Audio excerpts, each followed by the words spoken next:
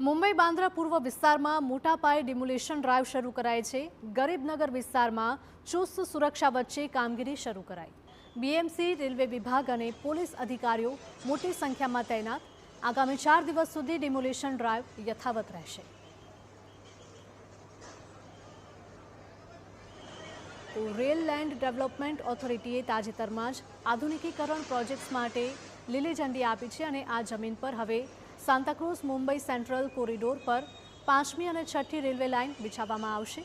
જમીનના અભાવે વેસ્ટર્ન રેલવેનો આ વિસ્તરણનો પ્રોજેક્ટ લાંબા સમયથી પાછો ઠેલાતો હતો।